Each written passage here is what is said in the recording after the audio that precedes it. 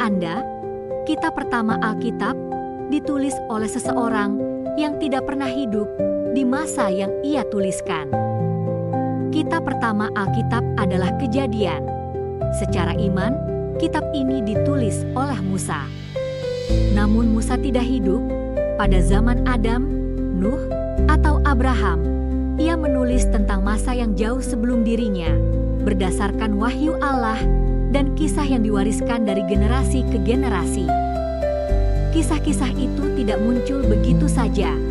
Ia bermula dari Allah yang menyatakan dirinya dalam kehidupan manusia. Apa yang dialami dan didengar diceritakan dalam keluarga, dari ayah kepada anak, dari satu generasi ke generasi berikutnya. Bukan sebagai dongeng, tetapi sebagai kesaksian tentang Allah yang bertindak dalam sejarah mereka. Pada zaman Musa, Alkitab belum ada, seperti yang kita kenal hari ini. Musa tidak membuka kitab untuk membaca tentang Allah. Justru melalui Musa, kisah-kisah itu mulai dituliskan. Ia menulis dari wahyu yang ia terima, dari perjumpaannya dengan Allah, dan dari kisah iman yang telah lama dijaga oleh umat. Peristiwa seperti laut yang terbelah pada zaman Musa bukanlah cerita kecil. Peristiwa itu dialami, dilihat, dan diingat oleh satu bangsa.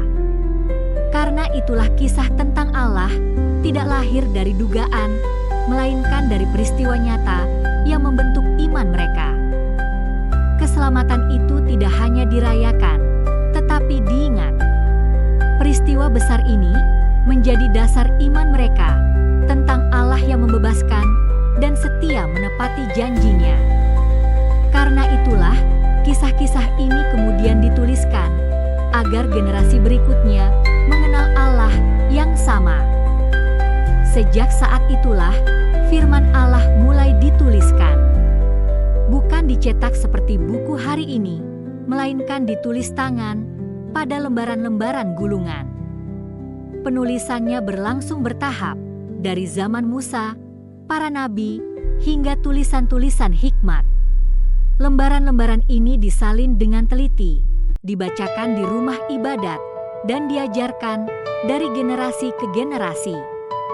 Dan ketika Yesus hidup di dunia, kitab suci itu sudah ada dalam bentuk gulungan, dibaca, diajarkan, dan digenapi. Alkitab tidak lahir dalam satu malam. Ia dibentuk selama berabad-abad.